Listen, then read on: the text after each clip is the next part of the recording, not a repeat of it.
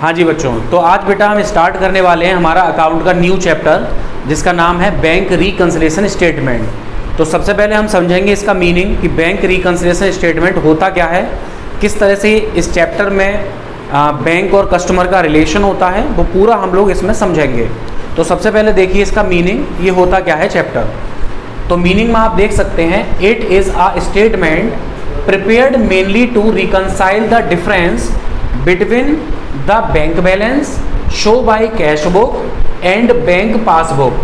बच्चों, bank reconciliation statement का main motive होता है bank balance by cash book and bank by passbook, मतलब कैश बुक और पासबुक के बीच के रिलेशन को फाइंड आउट करना ही बैंक रिकंसिलिएशन में आप सीखेंगे कि किस तरह से कैश बुक और पासबुक में चीज़ों में डिफरेंसेस आएगा, किस तरह से चीज़ें कैश बुक और पासबुक में डिफ़र होती हैं, उनके बीच के डिफरेंसेस को आप इसमें समझेंगे।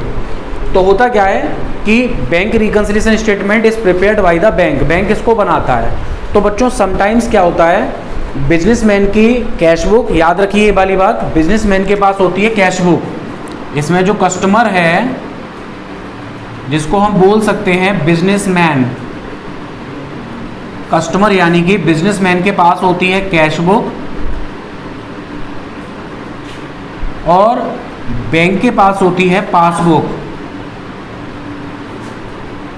तो हमें इस चैप्टर में कस्टमर की कैश बुक को बैंक की पासबुक से मैच कराना है।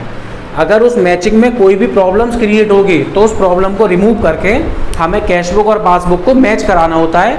इसी को हम बोलते हैं बच्चों बैंक रिकंसिलिएशन स्टेटमेंट। तो बैंक रिकंसिलिएशन स्टेटमेंट में बनाते समय होता क्या है कि बिजनेसमैन की कैश बुक और बैंक की पासबुक में कुछ डिफरेंसेज आ जाते हैं। उस डिफरेंसेज को रिमूव करने के लिए हम लोग बनाते हैं बैंक रिकंसिलिएशन स्टेटमेंट। जैसे मान के चलिए कि बिजनेसमैन ने अपने पीए को, पर्सनल असिस्टेंट को 10 करोड़ रुपए दिए और बोले जाओ जाके इसको बैंक में डिपॉजिट कराओ। तो बिजनेसमैन को तो ये पता है वो पैसा बैंक में डिपॉजिट हो गया, बट नेक्स्ट डे क्या हुआ, जिस दिन पीए बैंक गया चेक मतलब अमाउंट को लेकर, वो पैसा बैंक में डिपॉजिट नहीं हो पाया। तो बैंक ने कस्टमर को बोल रखा है कि सर आप जब अमाउंट डिपॉजिट करने भेजें तो आप अपने यहाँ प्लस कर लेना, जब हमारे पास पैसा आएगा तो हम भी प्लस कर लेंगे। बट हुआ क्या, बिजनेसमैन ने तो अपने यहाँ प्लस कर लिया, बिजनेसमैन को तो ये पता है वो चेक बैंक मतलब उसका कैश बैंक में डिपॉजिट हो गया, बट उसका पीए वो पैसे लेकर बैंक नहीं जा पाया, यानी कि चेक या कैश बैंक में डिपॉजिट नहीं हुआ। तो बैंक में बैलेंस माइनस का माइनस है, जबकि बिजनेसमैन ने अपने यहाँ क्या कर लिया, प्लस कर लिया।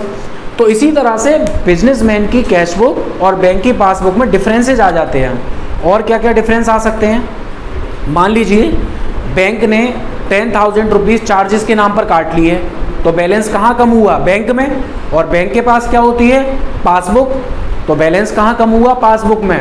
बट बिजनेसमैन को इस बारे में नहीं पता था, तो बिजनेसमैन के यहाँ बैलेंस प्लस का प्लस है। तो आप देख सकते हैं बिजनेसमैन की कैश बुक और बैंक की पासबुक में डिफरेंसेज आ गया, क्योंकि बैंक ने काट लिए चार्जेस के, बट बिजनेसमैन के यहाँ जितना बैलेंस था उतना ही है। तो उस डिफरेंसेस को रिमूव करने के लिए हम लोग बनाते हैं बैंक रिकंसिलिएशन स्टेटमेंट। अब जब बैंक रिकंसिलिएशन स्टेटमेंट आप बनाओगे तो इसके 4 मेथड होते हैं। There are 4 method to prepare BRS। BRS को करने के 4 वे हैं, जिसमें नंबर 1 आता है balance as per cash book. Number 1 आएगा balance as per cash book. Second number आता है बैलेंस एज पर पासबुक। याद रखें balance as per cash book का मतलब है डेबिट बैलेंस और बैलेंस एज पर पासबुक का मीन्स है क्रेडिट बैलेंस। थर्ड नंबर पे आएगा overdraft as per cash book. Overdraft as per cash book, और ओवरड्राफ्ट के केस में कैश बुक क्रेडिट होता है, याद रखें आप सभी बच्चे। और लास्ट है हमारा ओवरड्राफ्ट एज पर पासबुक, और ओवरड्राफ्ट एज पर पासबुक के केस में बैलेंस हमारा डेबिट होता है। ये 4 बातें याद रखें सभी बच्चे। पहला होता है balance as per cash book, second होता है balance as per passbook, third overdraft as per cash book, और लास्ट होता है ओवरड्राफ्ट एज पर पासबुक। ये टोटल 4 वे हैं।